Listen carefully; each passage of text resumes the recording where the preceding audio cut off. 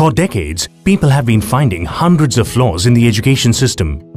No conceptual understanding, no creativity, children are stressed, and the list goes on. All these are symptoms. But what is the root cause to all this? What is the fundamental flaw in the education system? Let us play a rapid-fire game. You have 1 second to answer every question. Let's start. First question. A for? Okay, no more questions.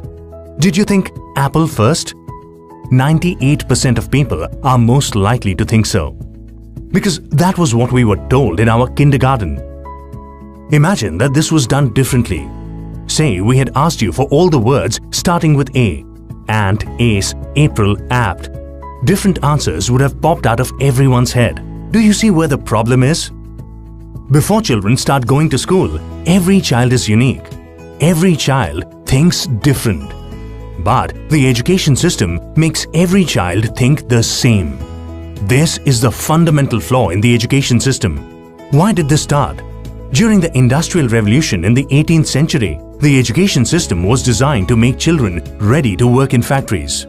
The factories did not require people to think but to only work like robots. So, the education system stripped children of their freedom to think and destroyed their true potential.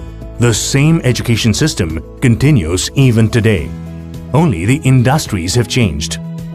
A study by NASA shows that 98% of children think different before they start going to school. As they go through this education system, at 25 years of age, only 2% think different and 98% think the same. So how does the education system make every child the same? Let's go back to the apple example. Kindergarten lessons told us that A is for apple. We asked you for words that start with A. Our education system gave us the answers. We asked you a question. Answers make you the same. Questions make you different. Right from kindergarten, the education system keeps giving answers.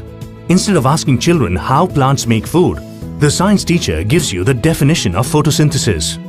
Instead of asking them to describe the sun, the teacher tells them that the sun is a ball of fire at the center of the solar system. Through their years in school, children lose the capability to think on their own. Whether it is their choice of career or their relationship or any situation in life, they become dependent on others for answers. They completely lose their true nature, and their extraordinary potential remains unrealized. Now, we face a million problems in the world, for which we are only awaiting answers. So, what is the solution? We need an education system that recognizes that every child is different and is questioning based so that it brings out the extraordinary human potential in every child.